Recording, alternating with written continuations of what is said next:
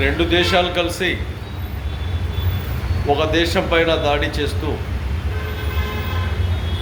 దేశాన్ని సర్వనాశనం చేస్తాం,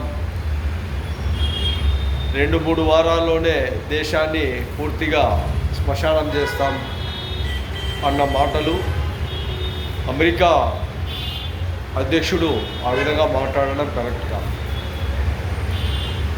వేరే దేశాల నాయకత్వంలో ఒక దేశానికి చెడు చేయకుండా, ఒక దేశం పైన దాడులు జరగకుండా చూడవలసిన బాధ్యతలు కూడా వేరే దేశాలకు ఉన్నాయి.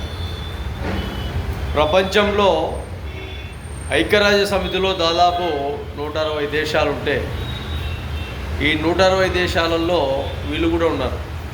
ఇప్పుడు యుద్ధం చేసే వాళ్ళు ఉన్నారు, యుద్ధాన్ని ప్రోత్సహించే వాళ్ళు ఉన్నారు, యుద్ధాన్ని అరికట్టాలి, యుద్ధం చేయడం వల్ల ప్రమాదకరం, చాలా వరకు ఇబ్బందులు గురవుతాయి అన్న వ్యక్తులు ఉన్నారు.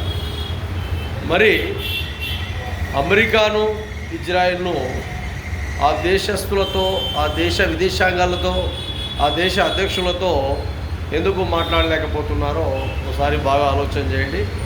ఖచ్చితంగా ఈ విషయాన్ని ఒకేసారి ఒక బాంబు బ్లాస్ట్ జరిగితే దాదాపు 175 మంది పిల్లలు, చదువుకున్న పిల్లలు చనిపోతే కూడా ఈ ప్రపంచం ఎక్కడ కూడా ఎవరు కూడా మాట్లాడడం. ఒక ఇజ్రాయిల్, ఒక అమెరికా ఇరాన్ పైన, దేశం పైన దాడి చేస్తే ఒక చోట దాడి జరిగితే ఇంకో చోట బాంబ్ బ్లాస్టింగ్ అయిపోయేది, పిల్లలు మొత్తం చనిపోయారు. చదువుకున్న పిల్లలు, చిన్న పిల్లలు, వాళ్ళు ఒకే చోటన మొత్తం 170 గుద్దలు తీశారు. ఒకే చోట వాళ్ళందరినీ దానం చేయాలన్న ఆలోచనతో. ఇంత ఆలోచన, ఆవేదన, బాధాకరమైన విషయాలు జరుగుతూనే ఉంటే ఇంకా ఇంకా ఇంకా ఇంకా యుద్ధాన్ని మీరు ఏదో ఒక విధంగా మాట్లాడాలి కదా. యుద్ధం ఆ విధంగా చేయడం వల్ల కరెక్ట్ కాదని కూడా మహాజన రాష్ట్ర సమితి, ఆంధ్రప్రదేశ్, ఇండియా ద్వారా చాలా వరకు ప్రాంతాలలో ఉండే, దేశాలలో ఉండే నాయకత్వాలకు